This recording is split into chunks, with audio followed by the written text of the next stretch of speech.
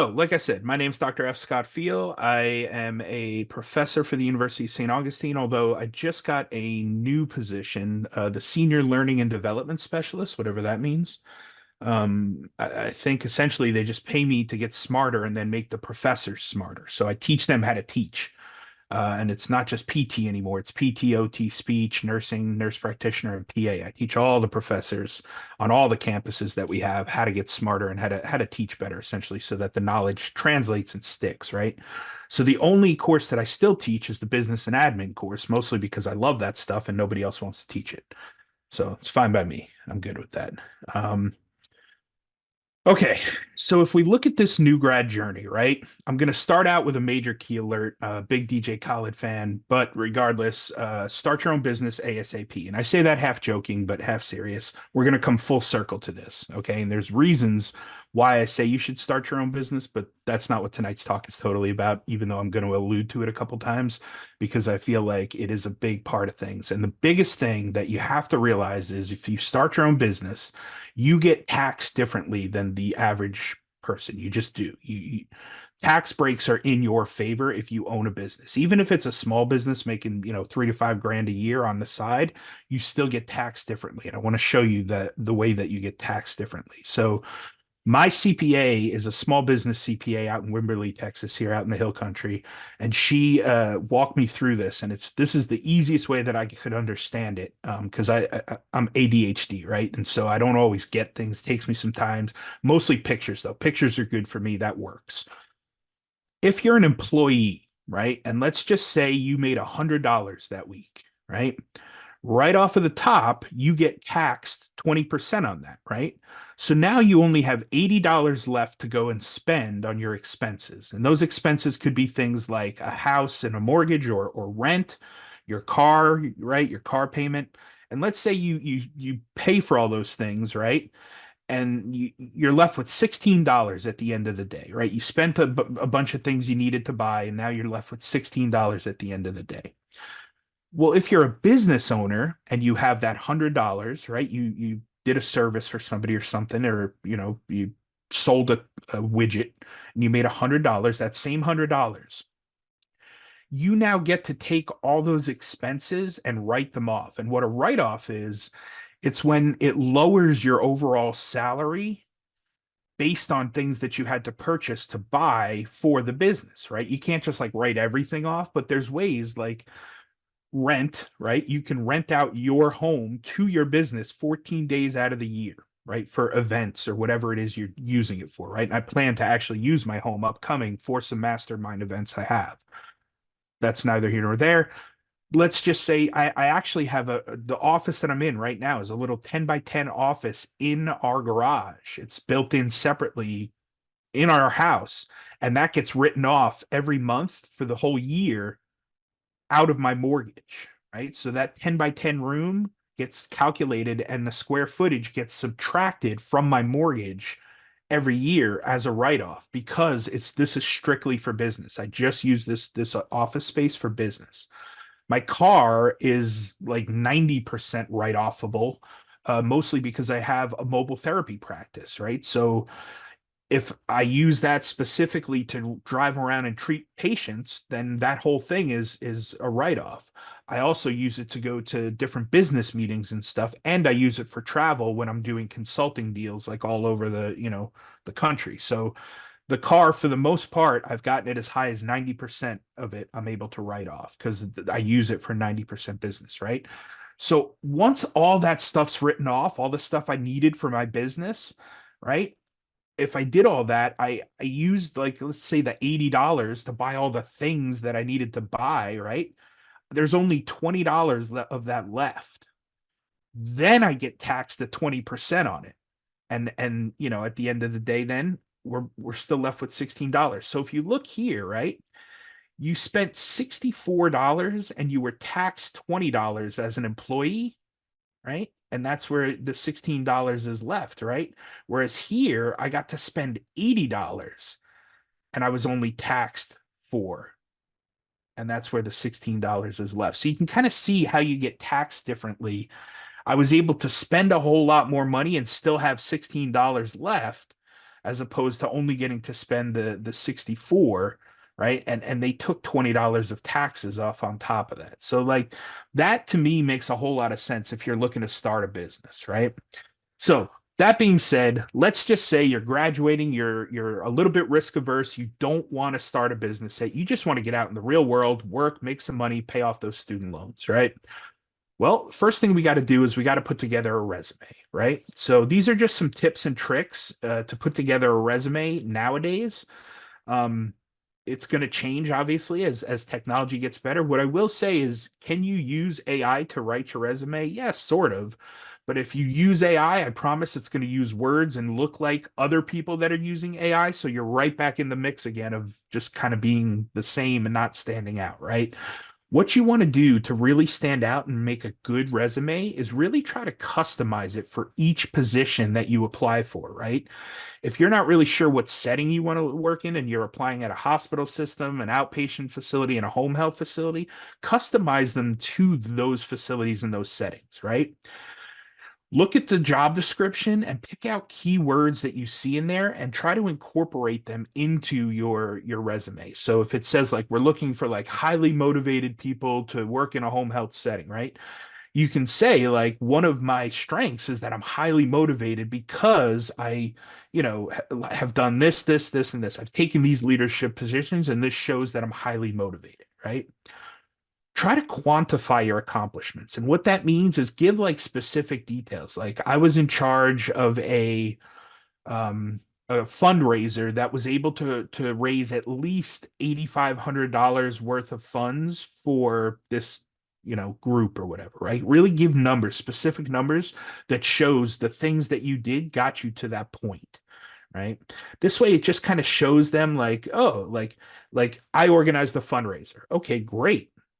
And like, did it go well? Did it not? Like you took a little initiative there, but tell me more, right? Well, the fundraiser raised $8,500. Ooh, it's pretty impressive for, somebody who just started this thing and did it, right? Did the work, did the hard work, and raised $8,500 for the charity, right? So really try to quantify as many of the accomplishments as you can. Proofread, proofread, proofread. I say this because I am not only an English major, but I've seen a ton of resumes over my lifetime. And immediately when there's grammar and spelling mistakes, it is like, ugh, gosh, what are we doing here? And part of it is like, look, attention to detail is kind of a thing, and you can see if you don't proofread your stuff. I mean, we have spell check, guys. We have Grammarly. Like, there's ways to just run this stuff through AI and make sure that there's no mistakes. Like, do the thing, take the extra step, because the people that are having all these like terrible grammatical errors and spelling errors, like, they're not even making it through to the next round. Like they're just not. And again, you're trying to optimize and get everything you can out of your resume and out of your opportunity, your at bat, right? And so starting off with, spelling mistakes and grammatical errors and formatting type errors that just make it look wonky, not a great way to start off, right? Speaking of starting, start with a strong summary, right? Your summary at the top of your resume there really should highlight why you're the perfect person for the position, right? Like, why are you the one that's going to help them accomplish what they're looking for in hiring a new person, a new grad, a new employee, right? So really take time on crafting that summary because it can go a long way. And again, goes back to customization. Why are you the right person for that company based on what kind of setting or what it is that they're looking for, right? Make your resume easy to scan, right? We want bullet points here. We don't need your whole life story and like a narrative here. Again, English major would love to read it, just not on your resume. Let's work on it, for your book or whatever. Let's put that aside. When you're doing this stuff, you really want to make sure that I can scan it. We want to keep it maybe 1 to 2 pages, all the necessities, and that's it, right? Keep it lean. Um, Match your resume to the company culture, right? What do you know about the company? Is it laid back? Is it like, kind of young, up and coming, starter, hustle, go, go, go? Is it more like, you know, nursing home, very quiet and subdued, like, very traditional? Like, learn about the culture, like, figure it out, right? And then kind of try to match your resume to that. Right? Use keywords for applicating tracking systems. So, this is kind of like an SEO or a search engine optimization thing, but a lot of companies now, your resume goes into some sort of computer system, and once it's uploaded, they use an applicating tracking system or an ATS to pick out keywords and look for things that they're looking for, right? So if you've matched those keywords from the job description in your resume, already you're going to bump up the rankings because the system has picked out those things that they're looking for, right? Write a standout cover letter. This again is a great place for you to take the things that you put in bullet point and make them lean and nice and quick and scannable. The cover letter is a great way to introduce yourself, tell your story a little bit. You don't want to go too long here, and then why specifically you fit this position, right? What value you bring that stands out above all the other applicants. Because again, when I went to school back in the days when the dinosaurs roamed, it was a master's degree, right? So it was a little bit different. And if you had the doctorate, that was a differentiator. Now that's not a differentiator anymore. That's not enough. So what can you do that's different? I'm really involved in the community. I lead 5 different community groups, or I coach local teams, right? If you're in a sports outpatient clinic, how can you bring those people into the clinic, right? I'm the head of my church youth group, which has several thousand kids. If you're a pediatric group, right, whatever. Like, what's the value that you're going to bring to this company that's really going to set you apart from everybody else? And then last but not least, create a professional online presence. This is beyond the resume. This is taking things a step further. This is making sure your social media is on point, right? You want to have a really good and professional LinkedIn. Anything else, Twitter, Instagram, Facebook. Again, if you don't want it posted up on a billboard, then maybe think about not posting it on social media, right? Keep it clean. Always be the consummate professional. I'm a New Yorker, right? I was born and raised there. I love the Mets, the Knicks, the Islanders, the Giants, and those teams drive me freaking nuts. And I love just, you know, getting pissed off at my teams and, tweeting about it all day, every day. But at the same time, I try to keep it relatively professional, right? Knowing that, hey, look, like you don't want to offend people, right? You're not here to do that. You're here for the greater good, right? So make sure you've got a clean online presence. All right. Interview questions that you may get asked. These are like kind of the top 10 to 15 questions that you go to the interview, right? They're going to ask you some questions. They're not going to ask you all these. They'll probably ask you somewhere like 3 to 5 or so, right? But these are some common ones that you're going to get asked, right? So you can take these, and I sent the slide deck to Carter, so you guys can get a copy of this. If you really need it like tomorrow, then just email me. I'd be glad to send it to you. I put all my contact information at the end. I'm pretty accessible. So these are some questions to start preparing for. And when I say preparing, I mean you literally should be practicing these things, right? And Carter, if you don't mind just kind of monitoring the chat too, if questions pop up or anything, feel free to pop in and ask, guys. Not a problem. You can interrupt me all you want. But I can't monitor the chat while I'm doing this. So if something comes up, just let me know. All right. So when I say prepare for this, I literally mean have somebody ask you these questions, mix them up, jumble them up, like, and have them like a mock interview, right? Have it be a professor or a friend or a family member, somebody that you respect, that dress up a little, go in and just practice these questions, right? So can you tell me a little bit about your educational background and your clinical training experiences during your DPT program, right? If you want to be a high-level sports outpatient PT, well, then you should have probably done some clinical experiences in sports PT, right? It's not an end-all be-all, but it helps, right? If you're really big into acute care, you should have tried a couple of acute care, right? Like that helps. It's not the end of the world if it doesn't, and you don't know what you want to be yet, right? I still don't know what I want to be when I grow up. It's fine, right? But at some point, you've got to demonstrate that, hey, I had some experience and I really liked it. And here's, where my experience is going to help you in the future, that kind of thing. Pretty bland, generic, vanilla one. What motivated you to pursue a career in physical therapy? I want to help people, right? I had physical therapy. I was injured when I was younger. Now I want to be a PT, right? Because I loved my PT. Um, those are all going to be pretty vanilla answers. Try to come up with something deeper. Like try to go like, a level deeper. It can be that you want to help people, right? But but why? Like, what was it? What was the turning point? What was the thing that clicked? What did you see? What experience did you have? Where did it happen? Where did it strike you that, like, this is going to be my career, right? This is what I'm going to dedicate the rest of my life to, right?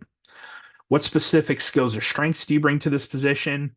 Again, this is the value question, right? Like, well, I'm pretty decent, at my physical therapy skills. I think as a new grad, I've really, worked on my manual skills, but also I like to do Facebook ads and Google ads on my free time, right? Again, going back to that business idea, if you start a business in an agency and you know how to do marketing, that could really help a physical therapy clinic that's struggling to get leads and new patients in. If you know how to do that stuff, that may help. If you do your research on them and they don't have a digital footprint, they don't have an online presence. Oh, well, I do some social media stuff on the side too. So I really like, posting and doing social media for companies and things. And, I've done a couple local companies. I'd love to, bring those skills and talents to your company, right? Like, oh, like I said, I'm really invested. I coach a couple of local groups, in teams. I coach soccer, basketball, and little league locally. So, I'd really love to bring some of those athletes in this way and really expand my reach in the community, right? Oh, I've taken a bunch of Six Sigma leadership courses, so I'm really big into leadership and driving force, to get the team on board and team building skills. Like, what are your strengths? What value can you bring that's above and beyond just like I have a license and I'm a DPT, right? Because that's going to be everybody. So find the differentiators, right? How do you think you'll approach developing individualized treatment plans for patients in outpatient setting? This one's a little more cerebral. This one kind of comes with a little more critical thinking, right? You've got to think about for me, it would be like a teaching philosophy, right? Like, what is your teaching philosophy? Same thing applies here. What is your treating philosophy? Like, how are you going to approach every patient individually with your plans of care? Like, you can't just, clamshells and squeezing the ball a couple times and seated marching. Boom, you're out of here, right? That can't be every patient. Like, how are you going to make it individual for each patient? How can you do, or can you describe an experience with common musculoskeletal conditions and injuries that you treated in a physical therapy setting, right? So tell me about some things that you've treated before and that you really feel comfortable with, or ones maybe that you don't, right? They may flip it on you and ask what you're not comfortable with, right? Just be open and honest about it and play into your strengths. Use your weaknesses as something that you want to work on and that hopefully can get better at. How do you prioritize patient care, manage your caseload efficiently in a busy environment? This one's kind of a tough one because it's like, well, how busy are we talking here? Because, I can handle 8, 10, 12 patients.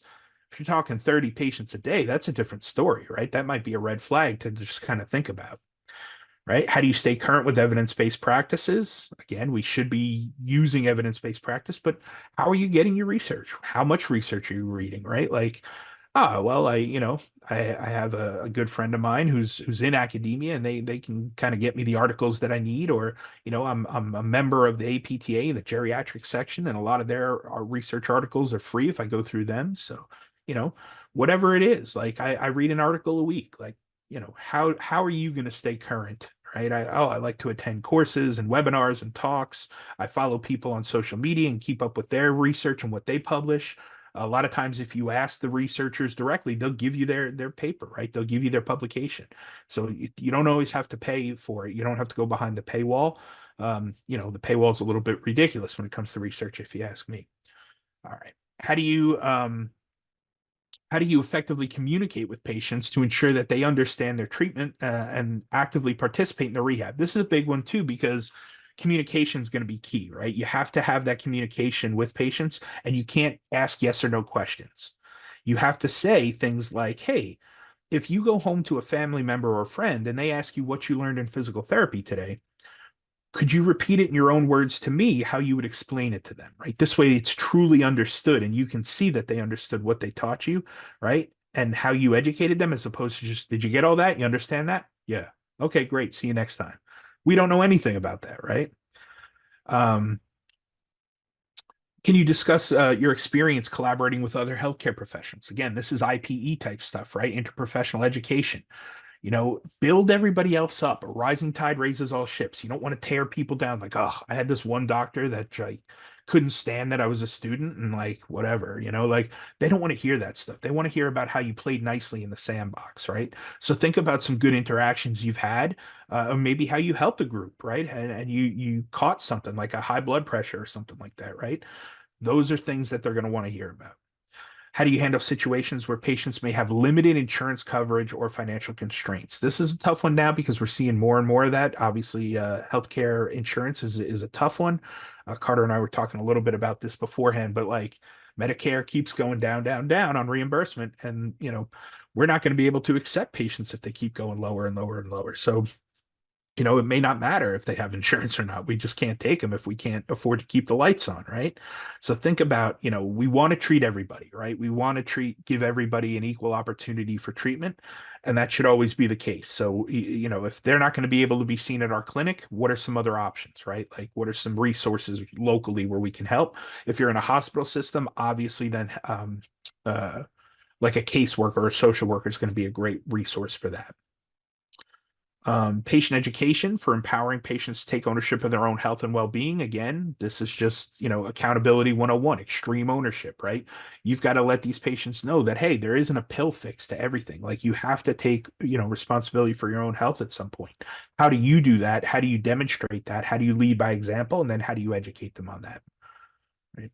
How do you ensure compliance with regulatory standards and documentation requirements? Again, just, be prompt, be succinct, right? Try to be as descriptive yet to the point as possible on your notes. Make sure they're done on time and they're submitted on time, and that you don't have too many issues with notes lagging or having to go home and document. That's the last thing you want. An example of a time where you had to adapt your treatment approach based on patient feedback or changes in their condition. This is a big one, kind of again, a little bit of a vanilla one too. Like, can you tell me a time where you've had to change or adapt? Just that question could stop right there, right?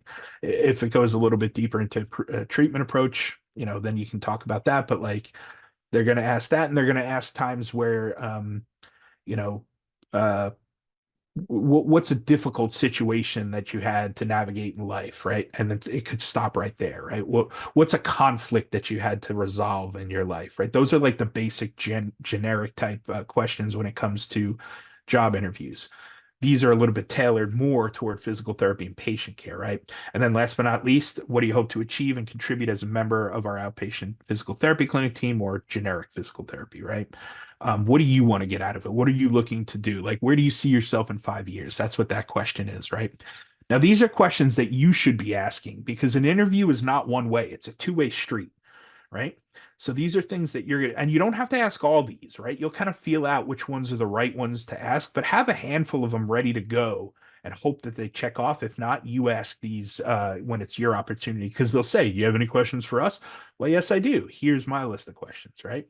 Typical caseload for patients. We don't want to be seeing 30 patients a day, right?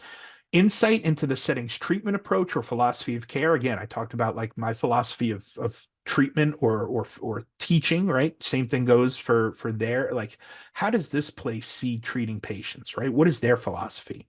How does the clinic support ongoing professional development and continuing ed? That's a big one, right? Are they going to give you time off? Are they going to pay for your CEUs? Are they on your own? Do they have like a MedBridge subscription? You just do them all online? How's that going to work, right?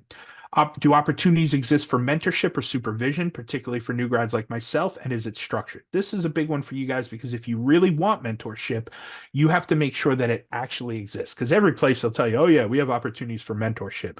But if there's not a plan in place, if there's not like a written document that shows you how the mentorship works, you got to make sure that they've got it and it truly exists. And a good way to do that too is to ask some of the other employees. If you have an opportunity to take a tour or anything like that, ask them, right?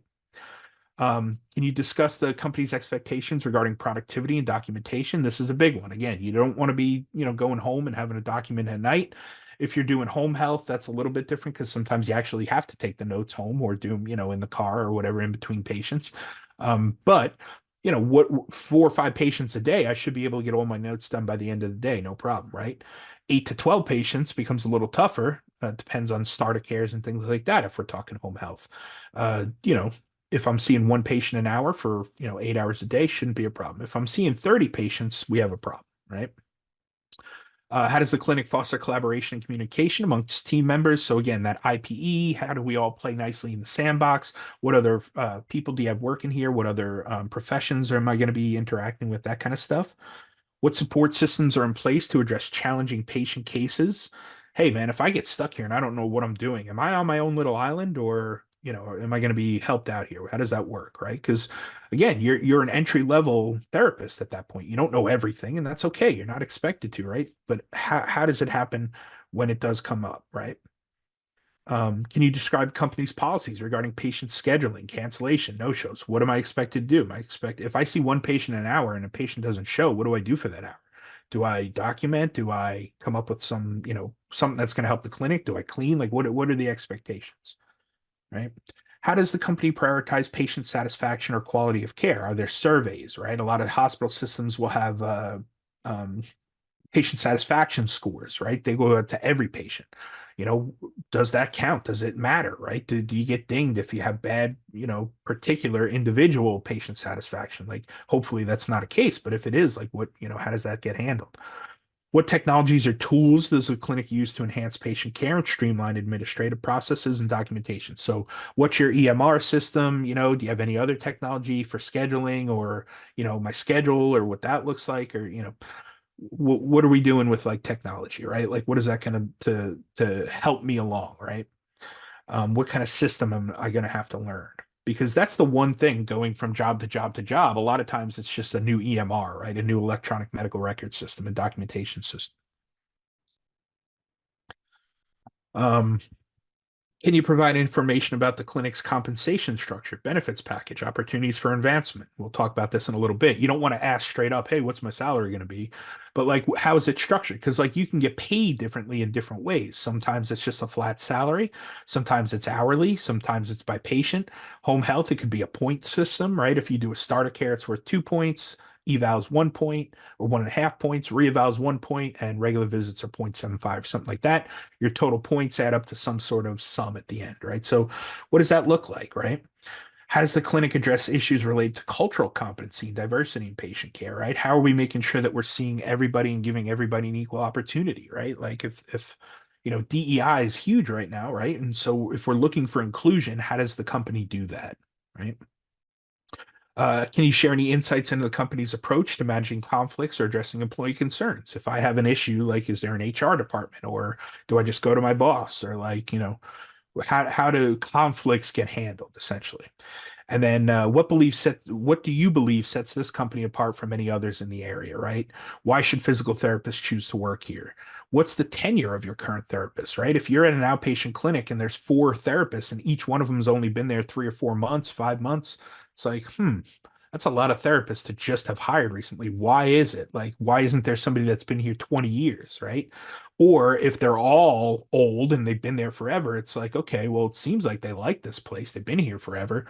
Why are they bringing me on? It's like, oh, well, Bob's getting ready to retire. Oh, that makes sense, right? Like those kind of things, right? So just trying to figure out like, some of the intimate details that you can't like blatantly come out and ask, but like you can kind of navigate through and read between the lines a little bit.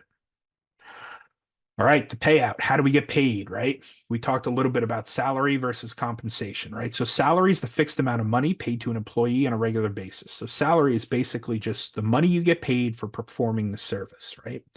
The compensation package, that encompasses everything, right? All the forms of financial, non-financial benefits, the whole nine, right?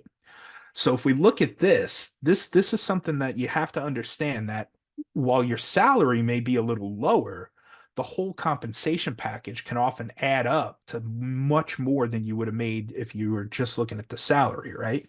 Because if you're full time, they have to pay for things like your insurance, like your 401k, like your malpractice, like all those things, right? And that adds up. If you're not full time, or if you're PRN, or if you're part time, or if you're just you're hourly or whatever, or you're there to kind of just be there for money's sake, like PRN status, well, then you're going to make a lot more per hour, but you're not going to get all the bonuses and the compensation. And for me, that's been the biggest thing for us. With my wife, she's a type 1 diabetic and a stay-at-home mom. So I cover all the benefits for us, right? I have to have medical benefits and I have to have good medical benefits. Luckily for me, the university I work at's got the best medical benefits I've ever had. So that's my 9 to 5, and I love it and I need it. But at the same time, I'm able to put in an extra 10, 15 hours on my side business too, because I love that as well. So to me, where I worked didn't matter what salary. I literally made, I think I made about 84,000 a year my first year, and I worked my way up every year after that to hit six figures pretty quickly. And I was just chasing the dollar until eventually I think I capped out at about 125,000 at a director position at an outpatient clinic, a small outpatient clinic. Um, and I was miserable. I hated it. Like the salary kept going up, but I was just getting more and more and more miserable. Then when I finally realized, oh, the salary doesn't matter. I can make as much money as I want. Again, starting my own business, right? It comes back to that a little bit, but it's the compensation package that matters. So I found a job that I love doing, can minimize the hours to 32 to 34 a week and still get the benefits of a full-time employee, right?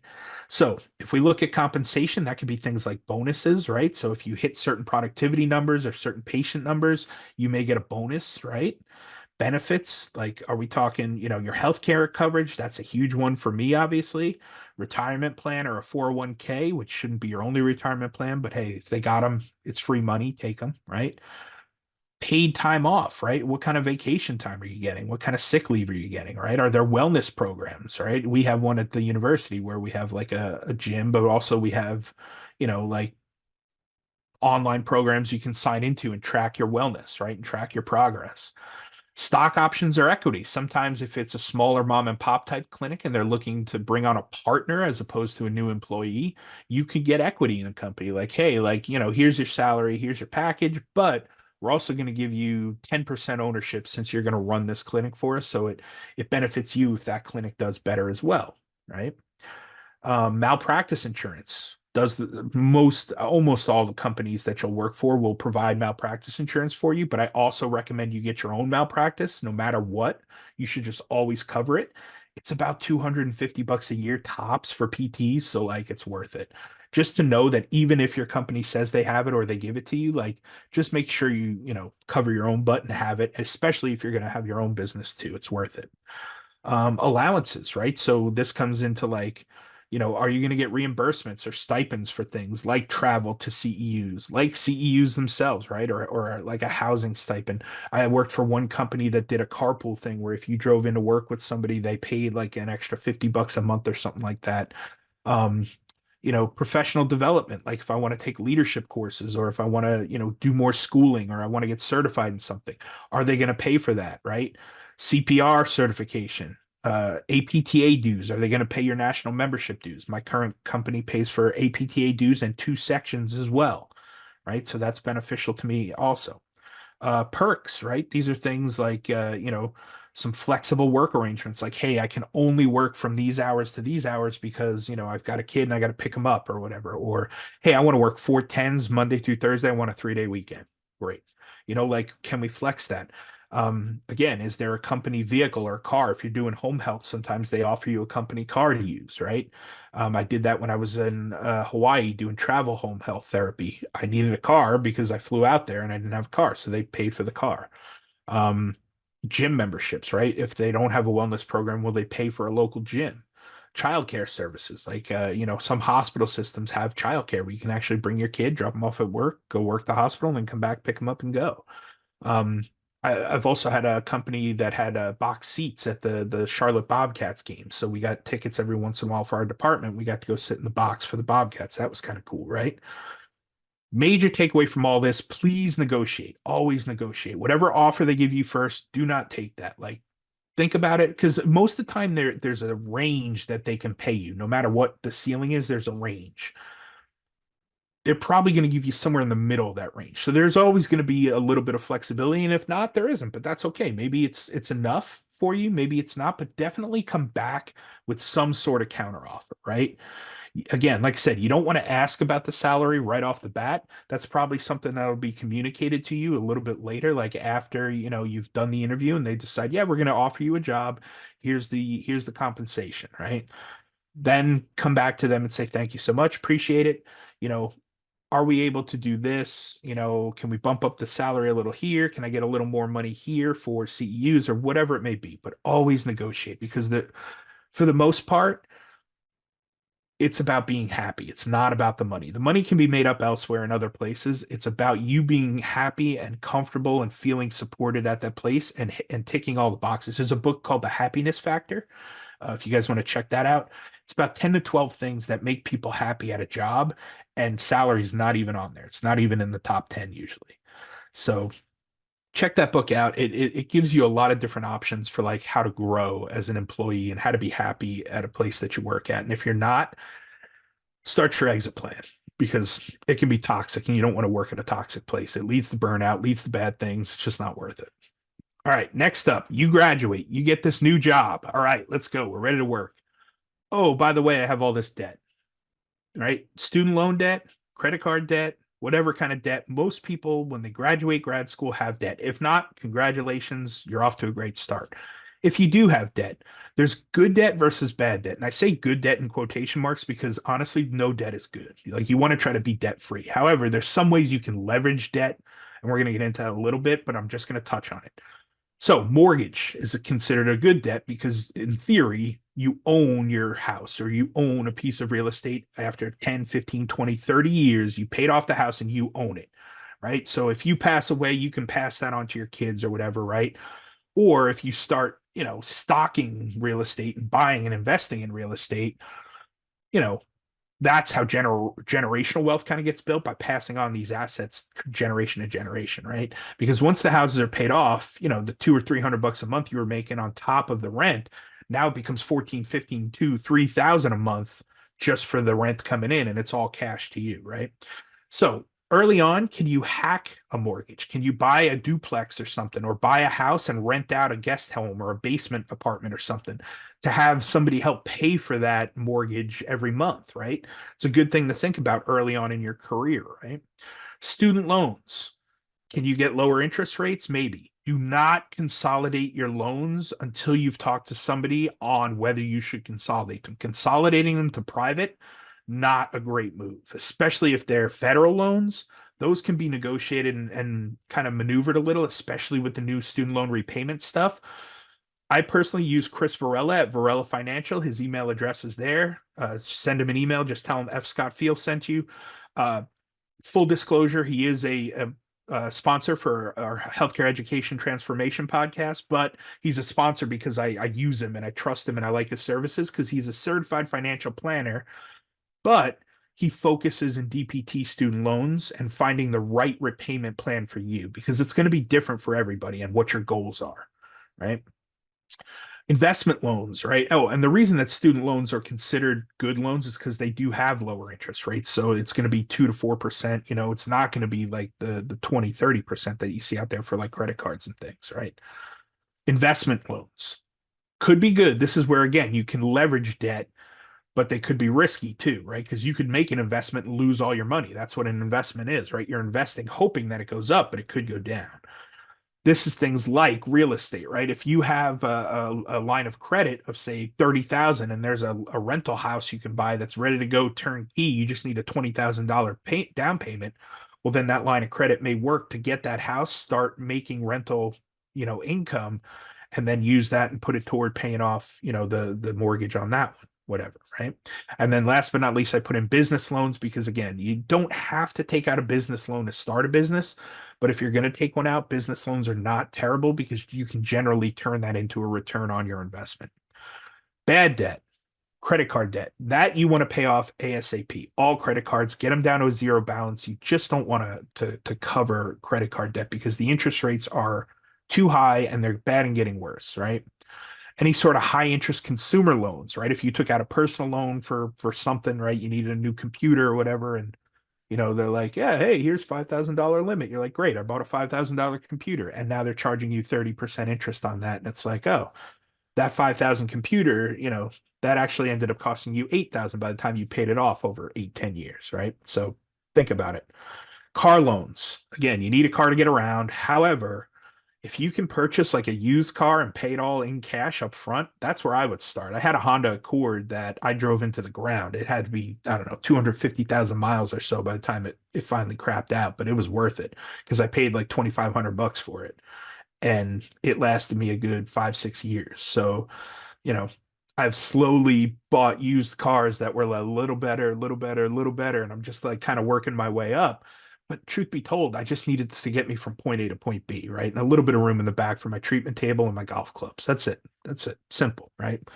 Then the wife and kids come along, and now you need car seats and stuff like that. It gets a little more complicated. However, for the most part, try to avoid car loans. Definitely new car loans. Those are really, really rough. You know, as soon as you drive it off the lot, the car starts depreciating. So I just don't see the sense in it. But different strokes for different folks. And then last but not least here, debt for non-essential expenses. You shouldn't be taking out debt or using a credit card or getting a loan to like go on a vacation or like, just do things you don't absolutely need it for. All right. Now, how do you pay some of this bad debt down? Again, having a side business. I wish I had started as a student, truth be told, because it doesn't have to be a physical therapy side business. It could be personal training. One of my clients sells stickers, right? Physical therapy related stickers, swag store, right? Clothing, hats, t-shirt, right? Healthcare related stuff, like all those little side gigs that can like start going to paying down these debts, right? And that brings us back kind of full circle here, right? This is another major key alert again, why you should start your own business. And I say this like again, half joking but half serious. One of the things that you have to consider is whatever you do, if you work a job, if you start a business, whatever you do, that is not going to be enough money for your full-time retirement plan, like your life plan. You've got to take your money and start making it work for you. You have to invest it in something. I don't care what you invest in, stocks, crypto, real estate, other businesses, right? Cash flowing businesses, whatever. You have to have an idea and a game plan on how to invest your money. And talking to Chris, right, of Varela Financial, he can help with a lot of that stuff too, right? But it's you have to make your money work for you, right? Because if we look here at this chart in the bottom left here, right? This is from a book called Rich Dad Poor Dad, right? And if you've seen this, awesome. You're ahead of the game. If not, it's the path that we should all strive to be taking, right? You start out as an employee, you have a job, you get taxed pretty heavily. There's not a whole lot of flexibility. There's a ceiling to how much you can make, right? But at the end of the day, you have some security, you have a job, you have money coming in, right? Well, if you start a business, now you're self-employed, right? You own a job, right? You still have to be there. If you take time off and go on a vacation, you don't see clients or you don't sell your service during that week, you don't make any money. So it's not really a business as much as it is a job, but you own the job at least, right? You can do it the way you want to, how you want to, when you want to, for whom you want to, right? So now you're gaining back a little bit of that autonomy, right? Which we all kind of want. And again, it can be a side job. Mine's a side job. It'll always be that until my wife hits Medicare age. Hopefully that's still around. Who knows? But you at least, if you're self-employed and you start a business, you own that job. Now, what we'd like to get to eventually is business owner. And this is where you work on the business instead of in the business, meaning you're starting to leverage other people's time to make money so you don't have to physically be there to do the thing, right? So let's say I start a little physical therapy practice and I have three PTs working for me. Um, I don't actually treat patients. I just help run the business. I staff it. I, help with the front desk and scheduling a little and the billing. But, I work on the business and getting leads and people and patients in, not in the business treating, right? Now I can leave for a week and that business is still going to run, right? I'm still going to make money while I'm gone. Now you're a business owner, right? And that's all about creating systems and really figuring out how to make that work, right? And then eventually, once we make money, either through our salary or through our side business or our own business, whatever it may be, we've got to then take that money. The money that we're making that way is really just a vehicle to get to investing, right? Once you're an investor, that's where your money works for you, right? And that's where you can purchase businesses or invest in real estate or invest in stocks and crypto and all the things, right? Because again, you don't have to be there to make that money. You just take the money and support it, and then that business pays you back in, some sort of monthly payout or whatever, right? So the reason that I say that you should start your own business is really because if you start out as a novice, right? You're not an expert yet. You want to get there, right? But all along the way, this pathway of getting from novice to expert is really just a journey to mastery, right? And the whole point of life of what we do should be trying to craft our skill and get as good as we can at our skill and our thing.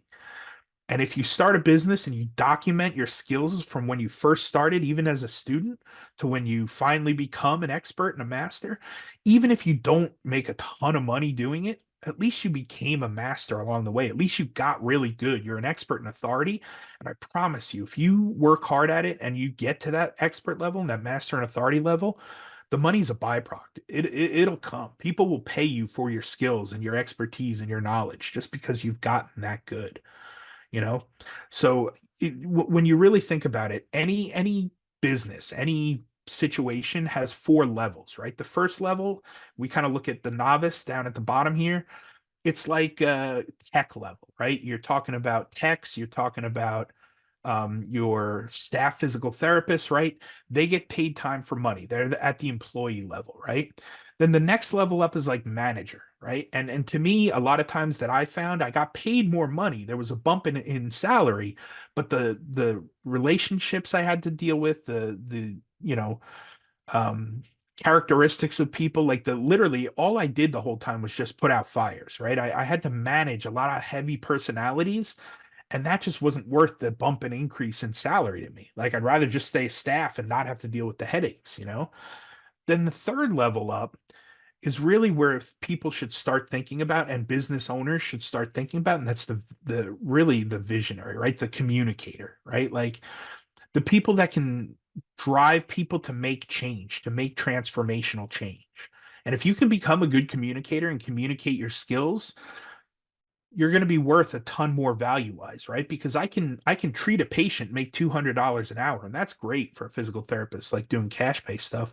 Or I can educate a group of 30 movers, right, on how not to get hurt in their job of lifting heavy stuff and moving it by using ergonomics, using proper body mechanics, using team lifting, proper hydration, good diet, good sleep, good exercise, all those things, and command $1,500 an hour for 2 hours worth of consulting for that company, right? So 3 grand for 2 hours worth of work, or $200 for seeing that one patient.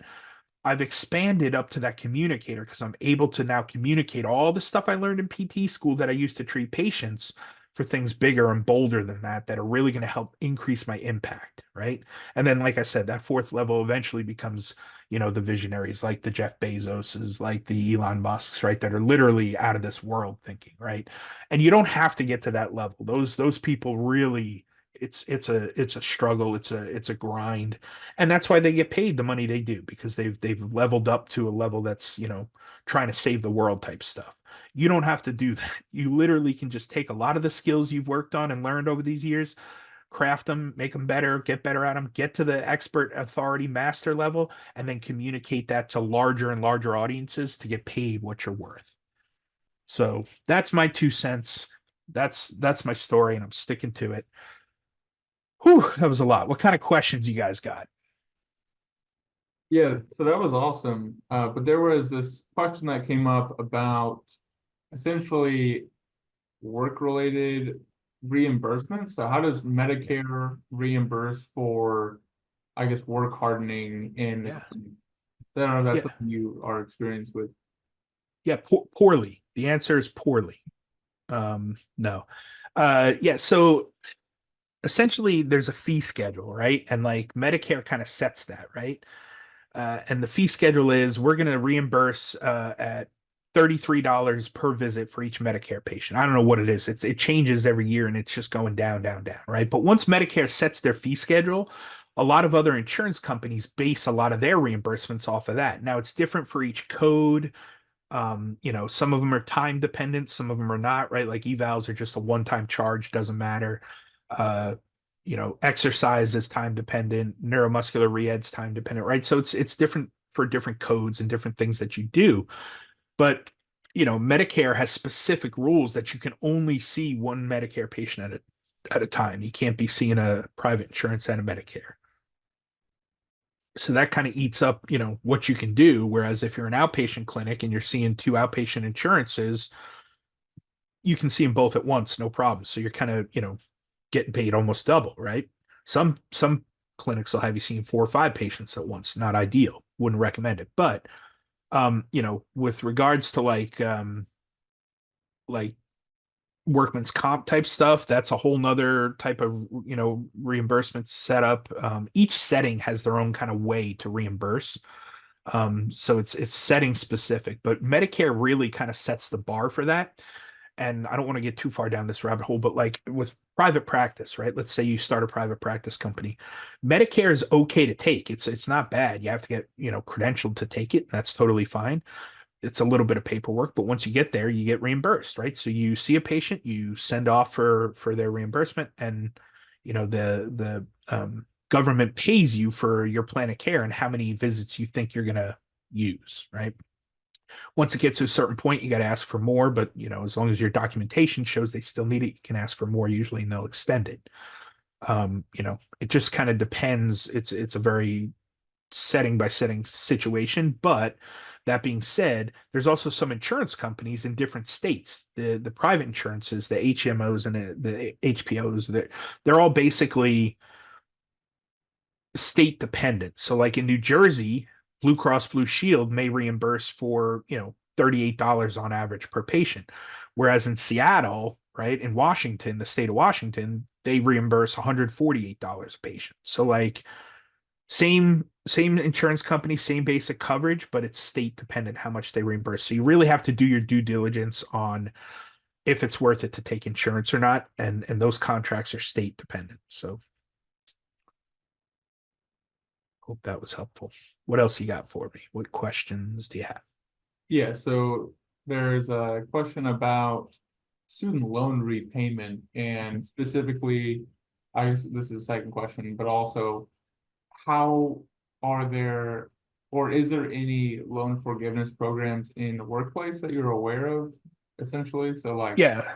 what's So the the if you work for a nonprofit or a state institution or a governmental institution like the VA or a state-run hospital, you get the public service loan forgiveness. You got to work for them for 10 years and make the payments for 120 straight months, and then whatever's left at the end of that, you get forgiven, just wiped out, right? uh, Chris Varela, what he does is there's three or four different options for repayment, right? It's like pay as you earn, and then a revised pay as you earn, and then whatever their new plan is. Can't remember the name of it, but long story longer, it's like based on the amount of money that you make for the year. So if your salary is 100,000, there's an equation they use to determine what your repayments can be monthly, right? And it's how many kids you have, spouse, et cetera, et cetera, et cetera. Well, the way that works is like once you're in that program, you can lower your monthly payments if it's federal loans, stretch it out over 20 years and just make the bare minimum payment. And on the 20th year, whatever's left is forgiven. However, that amount that's forgiven is actually added almost like salary, like you made it that year. So let's say I took out $150,000 worth of student loan debt. I pay. I get down on the 20th year and I owe 80,000 left, right? That 80,000 is forgiven on the new plan, but you have to pay taxes on that 80,000 as if you made it in salary. So what you have to do is over those 20 years, do some sort of investment that's going to pay for that tax bill on the 20th year. And there's some other plans too that are a little bit different that vary a little, but it is going to be different for everybody based on your life plan. Are you married? Do you have kids? And that's why I recommend talking to a certified financial planner. It doesn't matter who you talk to, but they have to be well versed in student loans and know about them. Otherwise, it's worthless talking to them because most certified financial planners are going to be, wanting to talk about investing your money and doing all things. And that's great. And you should do that. But when it comes to student loan repayment, it's very specific nowadays, and there's only a handful of plans you can use. So knowing the right plan for you will help get you on the right path. Then you can determine how you're going to pay for it. Yeah, it's super insightful. I've never actually heard that, I guess, investment tax structure where you have to pay taxes on the 80K. I had no idea that was the case, but Yeah. I know Biden had past the SAVE program, so that's That's it, the new one. Yeah. pay into that. I don't know much about it, but I had a question about, I guess, wellness, like health and wellness. So that's kind of going more into the preventative structure of healthcare, and kind of leaning into that through physical therapy. Is there any trends in the business of PT and wellness services? I guess because Medicare does not perceive things like, physical exercise or being sedentary as a preventative illness. So I guess that would have to be cash pay or, um, and so that business model, I guess, would have to be cash pay, but have you seen that being implemented in any structures, um, I guess in business?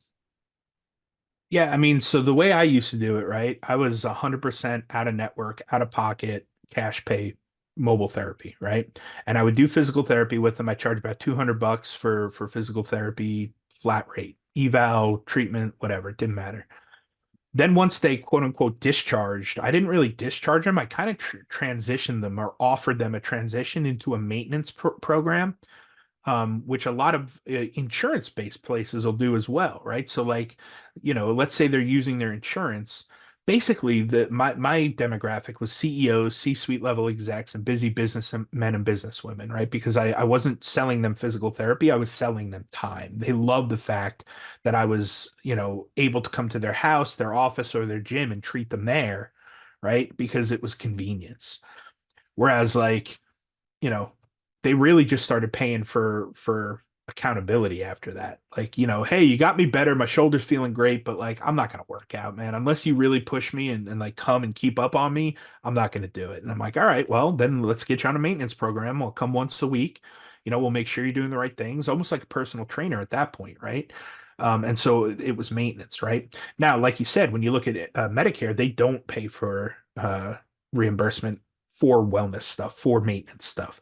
So yeah, that would be out of pocket at that point. They'd have to pay for that, and they'd probably have to sign an ABN or a letter just stating, I will not submit to Medicare for reimbursement for this service because it's not physical therapy. It's not skilled physical therapy, right? If it doesn't require a physical therapist to be there, like if anybody could do it, then it's not skilled physical therapy, and Medicare won't reimburse for it. What I'm seeing a lot more of is, population health type stuff, right? Where there was one physical therapist who went into I can't remember if it's Kind Bar or RX Bar, one of the granola bar type companies, and they basically started an employee wellness program within the company where there's a gym and a locker room and everything inside, and employees are required to take an hour break every day during the workday to go work out. And if they have any issues that come up, aches, pains, whatever, the physical therapist evals them, sets up a workout plan for getting better or whatever, and then the athletic trainer takes them through all their exercises or whatever, right? So now they've got a happy, healthy workforce because they're doing a wellness program anyway. And if there's any tweaks or issues or pains, the PT can kind of take them and make sure they're getting better and getting quote unquote rehab, right? But it's still overall, it's a wellness program. So that PT is getting paid an annual salary, not to treat patients so much as to keep their workforce happy and healthy in a wellness type program. Right. So those are some of the things that are trending a little. Those are like there's definitely companies that are more and more interested in some sort of program that keeps, people happy, healthy, at work, alert, productive, right? Like things that like we can help with. Um, I just think a lot of people don't know that we can, even a lot of physical therapists don't know that we can do that kind of stuff, right? But it just changes the way that you're going to bill. Well, Yeah. yeah, I found that's super interesting because that's something I'd like to do with my own career is kind of get into more of the preventative wellness stuff. So I like the RX bar idea.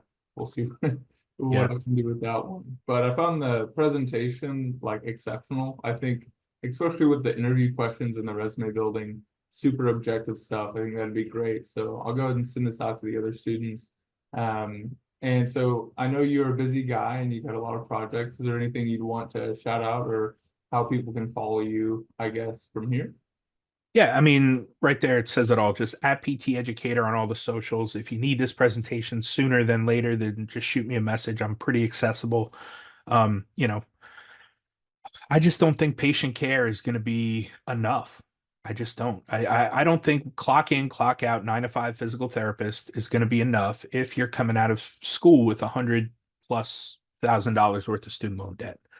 So if that's the case, what is your guys' solution? What do you think you're going to have to do in order to handle that? And I say this out of the kindness of my heart, but not having a plan is planning to fail. So I don't care how you decide to do it. Talk to somebody, find mentors, find coaches, whatever you got to do, but come up with a plan because putting your head in the sand like an ostrich is not going to make it go away. Like you've got to have a plan. So that's my takeaway for you. That's my message. If you have any questions, like I said, just hit me up on social. I'd be glad to answer anything you guys got. Hope that was helpful for you guys. Hope that helps you, land the first job, get the big bucks, start the business, whatever it may be.